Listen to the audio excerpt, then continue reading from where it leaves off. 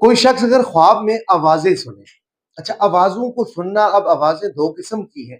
سب سے پہلے ایک جانوروں کی آواز ہے اور اسی طریقے سے دوسرے نمبر پر جو ہے وہ انسانوں کی آواز ہے۔ اب ان دونوں آوازوں کے اندر کچھ چیزیں ہیں۔ اول تو آوازیں سننا اور آوازیں بہت زیادہ گہری آ رہی ہیں تو یہ اس بندے کے لیے بیماری کی علامت ہے کہ وہ آدمی بیمار ہو جائے۔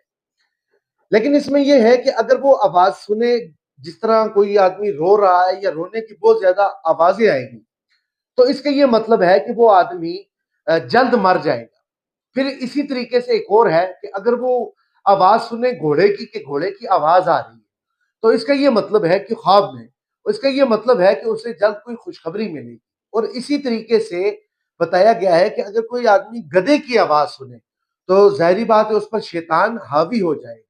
تو آوازوں کا جو سننا ہے وہ بیسک انسان پر ہے کہ انسان کس طرح کی آوازیں خواب کے اندر سنتا ہے۔